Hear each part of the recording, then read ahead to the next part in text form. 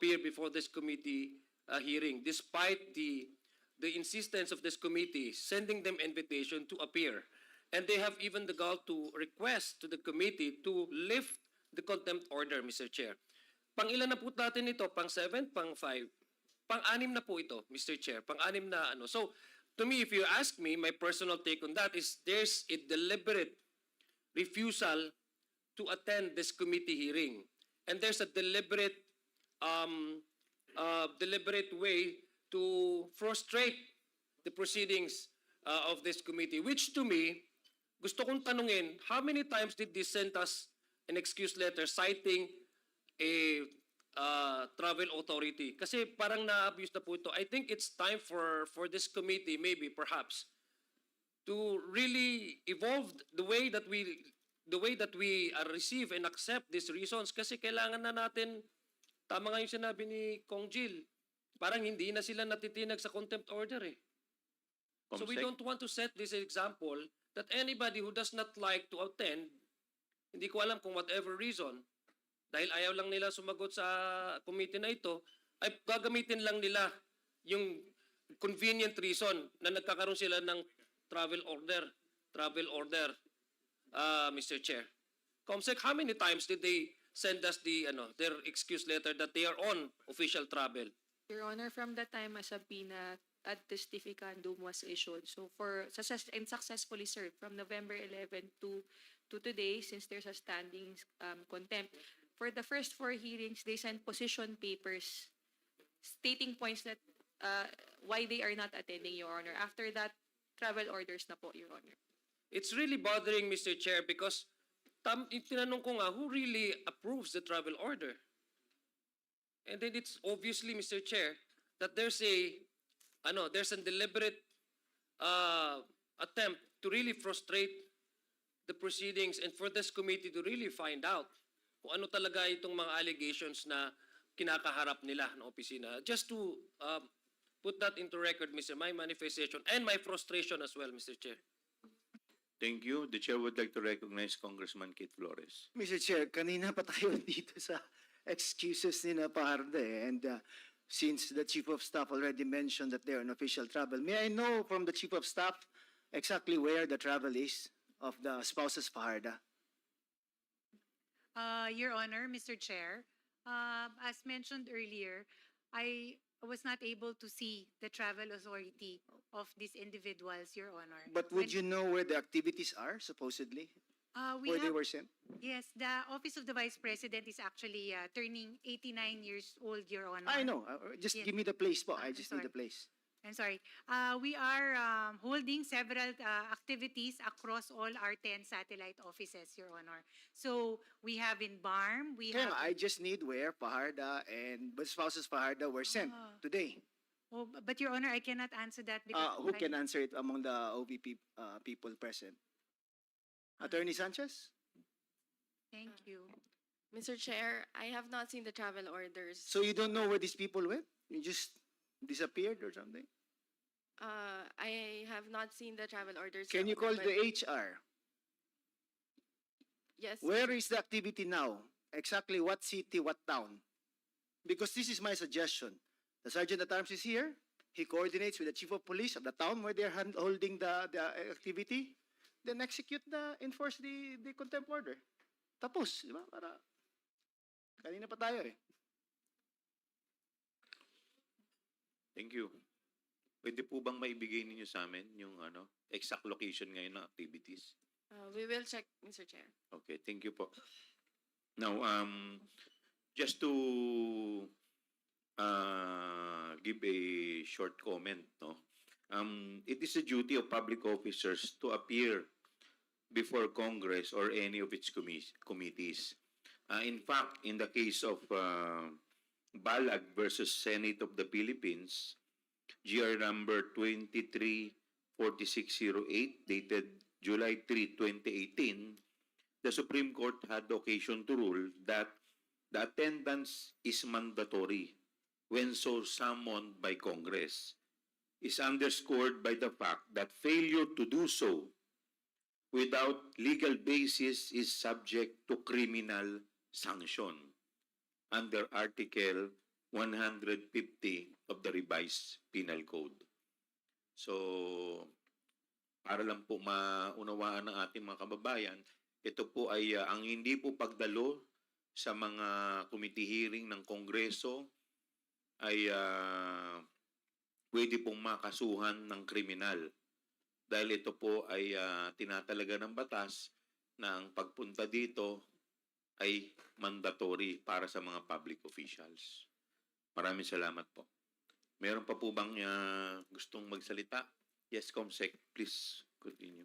Your Honor, I would like to recognize Vice Chairperson Honorable Janet L. Garin from the 1st District of Iloilo, Honorable Rolando M. Valeriano from the 2nd District of Manila, and from the Department of Education, Undersecretary for Operations, Mr. Rev. C. A. Escobedo is present. Thank you, Your Honor. Thank you. We will now proceed to the next item in our agenda.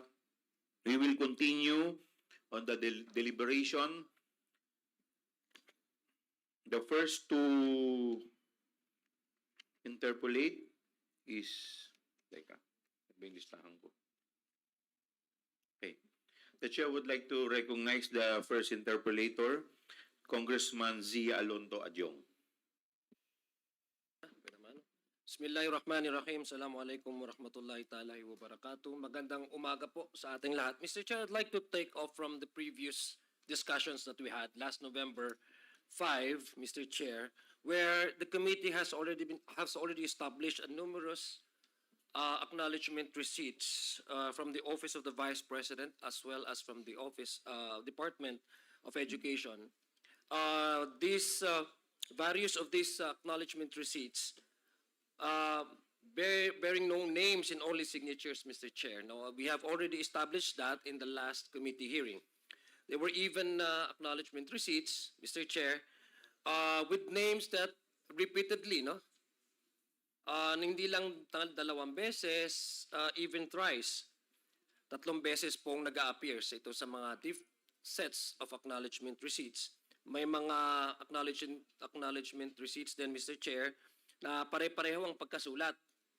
At yung iba, pare-pareho yung tinta ng kanilang ballpen na ginamit. Na there have been numerous other observations, Mr. Chair, which lead this committee and at least this representation to believe na meron talagang questionable yung processes at mukhang gawa-gawa, yung tong mga acknowledgement receipts na ito, Mr. Chair. So since we started discussing about the acknowledgement receipt, Mr. Chair, there were numerous inquiries from the public asking me kung how important is this acknowledgement receipts are. So, pag-usapan po natin yon, and I think this is part of my manifestation before I go on proceed with my questions, Mr. Chair.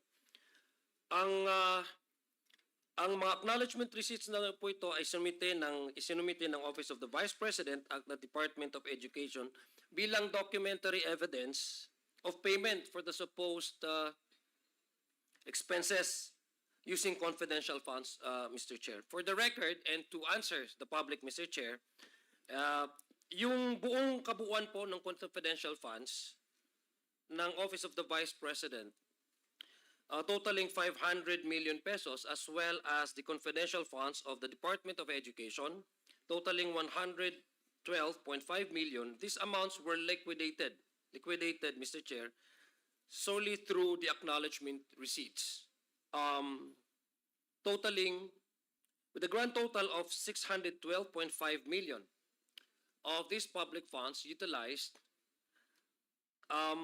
na ginamit na ang binigay lang sa COA as a justification for the utilization of these confidential funds ay yung acknowledgement receipts na marami ho tayong nakita in the previous hearings na medyo questionable.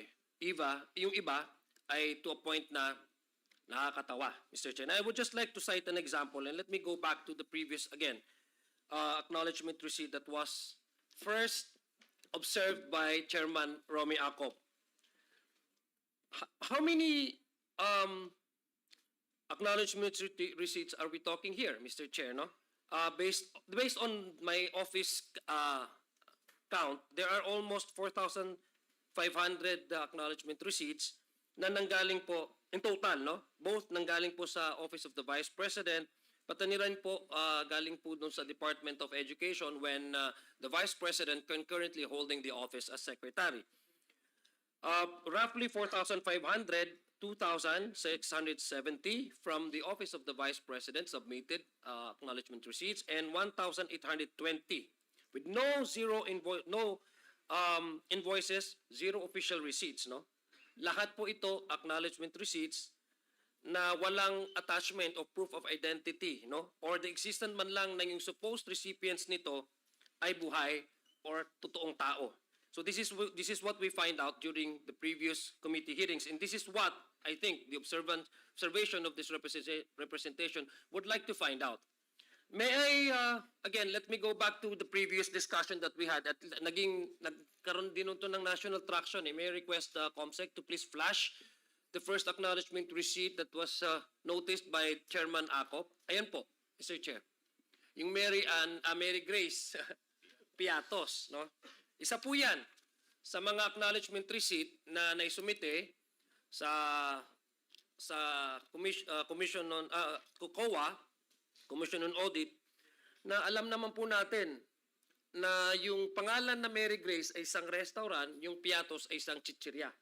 No, if you ask me, medyo questionable kung meron pa ho talagang taong nagngangalang Mary Grace Piatos. Now, we could not find out whether this Mary Grace Piatos is indeed a person or alive because there's no corroborate attachment to it other than the acknowledgement receipt na receive natin, ang pirmado niya.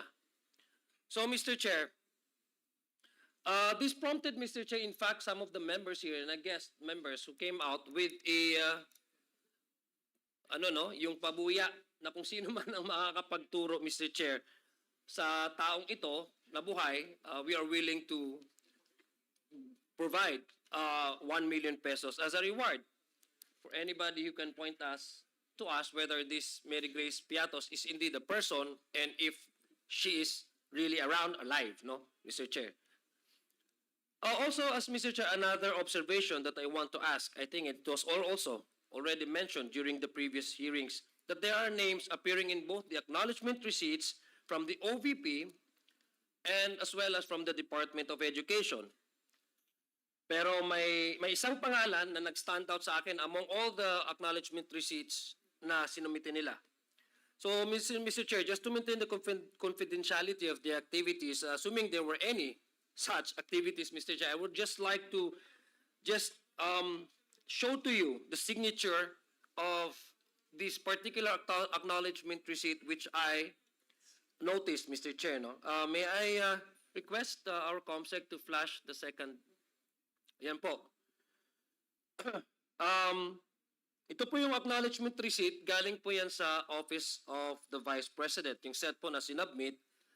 Gusto ko lang pong tanungin ang ating COA. Mr. Chair, is Ms. Camora present? May we know if Is she here? representative from COA is present? Attorney Camora? Saan? Yes, Attorney Camora is present.